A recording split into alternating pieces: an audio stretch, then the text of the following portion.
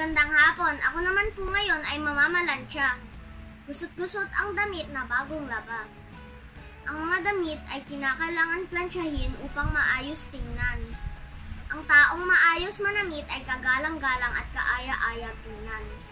Nagbibigay ito ng tiwala sa sarili.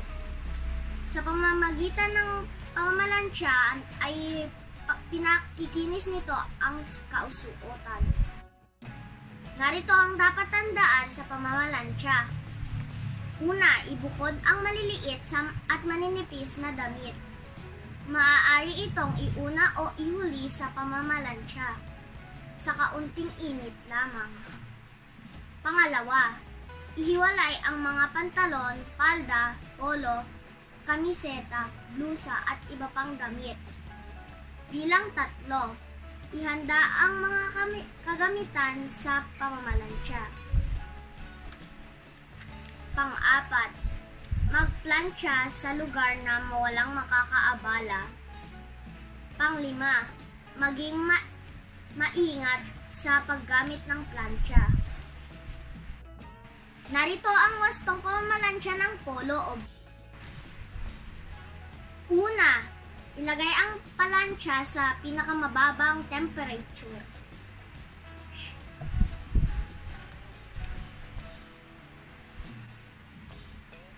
Pangalawa, bisikan ng malinis na tubig.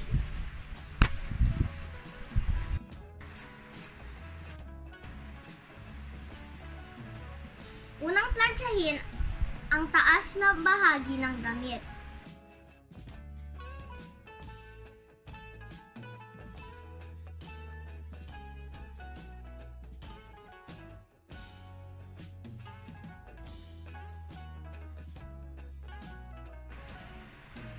Pangatlo, isunod ang puwelyo at manggas.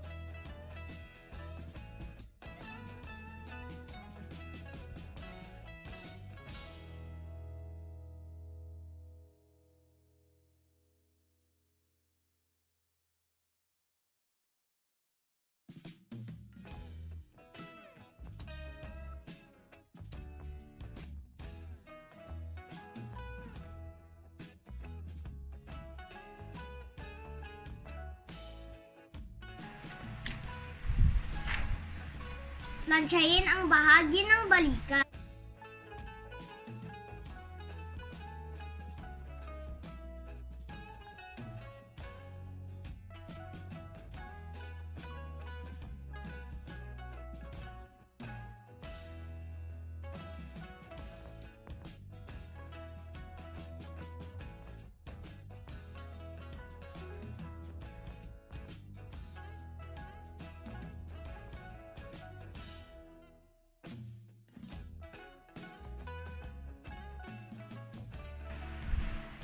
Isunod ang harapang bahagi paikot sa likurang bahagi.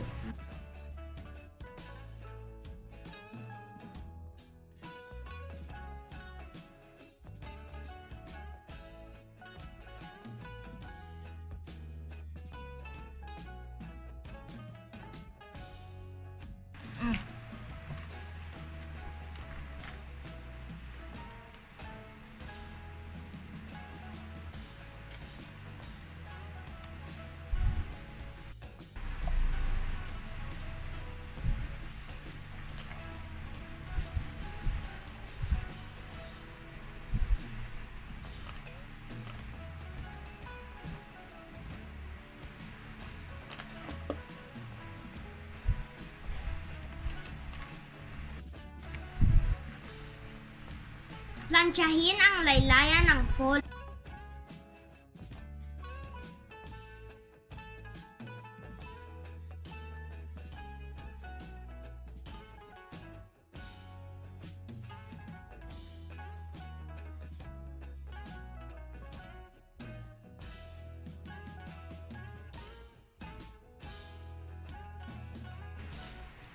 6, ihangar ng maayos at isara ang unang botones sa may leeg.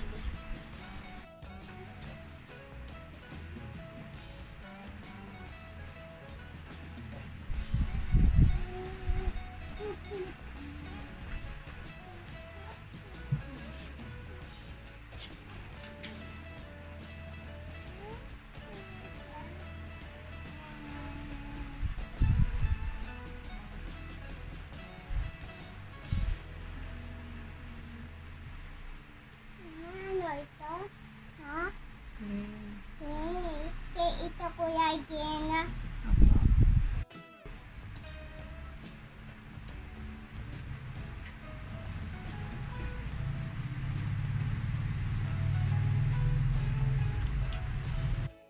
That's all for today.